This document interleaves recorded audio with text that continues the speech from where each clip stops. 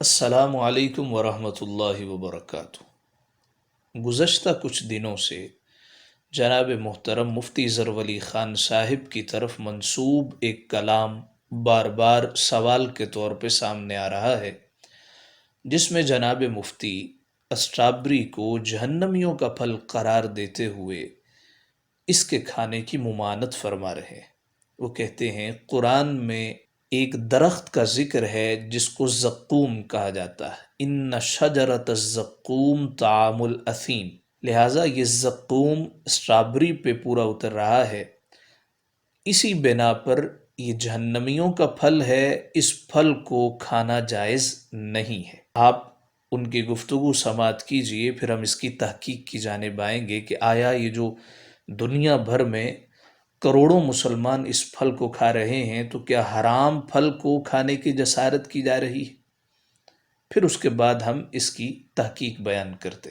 یقوم جہنمی خوراک، اور شرم تم کو مگر نہیں آئی، اور مولوی نہیں جانتے تو میں گناہگار ہو گیا؟ ان کو جاننا کہاں ہے، کدھر جانا ہے، تو دبا کے کھلاؤ، اور پھر ساتھ کہو انہا طعام الاثیم، یہ جرائم پیشوں کا خوراک ہے، اس کا نام ہی زقوم ہے۔ زقوم قرآن میں جہنمیوں کا خوراک ہے۔ سٹروبیری کھا رہے، او امرود کھا، او کیلے کھا، چیکو کھا۔ جی، آپ نے مفتی صاحب کا یہ کلام سنا۔ ہم نے جب اس کی تحقیق کی تو ہمیں مفتی صاحب کی تحقیق میں ایک جھول نظر آیا۔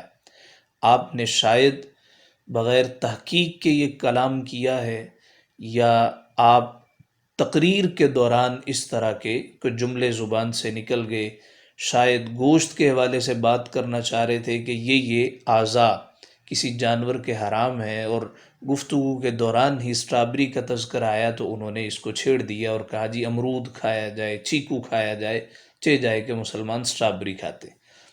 جب ہم نے اس کی تحقیق کی تو ہمیں اسٹرابری کے لیے زقوم کا لفظ عربی میں کہیں نظر نہیں آیا۔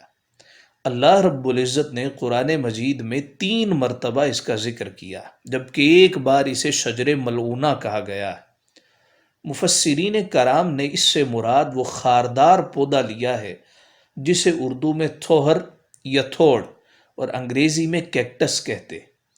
یہ کانٹے دار پودا ہوتا ہے، اس کا ذائقہ تلخ اور بو انتہائی ناگوار ہوتی۔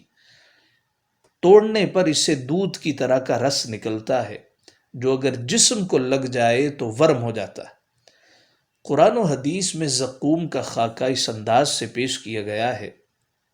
سورۃ الدخان میں ارشاد ہوتا ان شجرۃ الزقوم طعام الاثیم کالمہل یغلی فی البطون کغلی الحمیم، بے شک کانٹے دار پھل کا درخت بڑے نافرمانوں کا کھانا ہوگا، پگھلے ہوئے تانبے کی طرح وہ پیٹوں میں کھولے گا، کھولتے ہوئے پانی کے جوش کی مانند ہوگا۔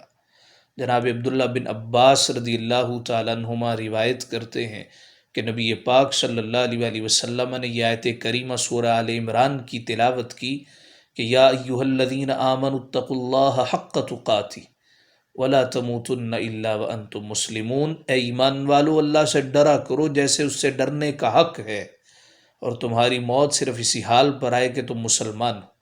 کہتے ہیں کہ رسول کریم صلی اللہ علیہ وآلہ وسلم نے فرمایا اگر زقوم کا ایک قطرہ بھی دنیا میں گر پڑے تو دنیا والوں کے لیے ان کی زندگی برباد کر دے، تو ان لوگوں کا کیا حال ہوگا جن کا یہ کھانا ہوگا۔ یہ ترمذی کی روایت۔ اسٹرابری کو زقوم کہا گیا ہے، یہ بھول پن کہہ سکتے ہیں۔ عربی میں اسٹرابری کے لیے فراولہ کا لفظ استعمال ہوا ہے، معروف ہے، مشہور ہے، کسی بھی پھل فروش کے پاس چلے جائیں اسے فراولہ کہیں، اسٹرابری آپ کو مہیا کر دے گا۔ زقوم کہیں گے تو آپ کی طرف وہ پھٹی آنکھوں سے دیکھے گا کہ بھی یہ جہنمیوں کا پھل مانگ رہا ہے۔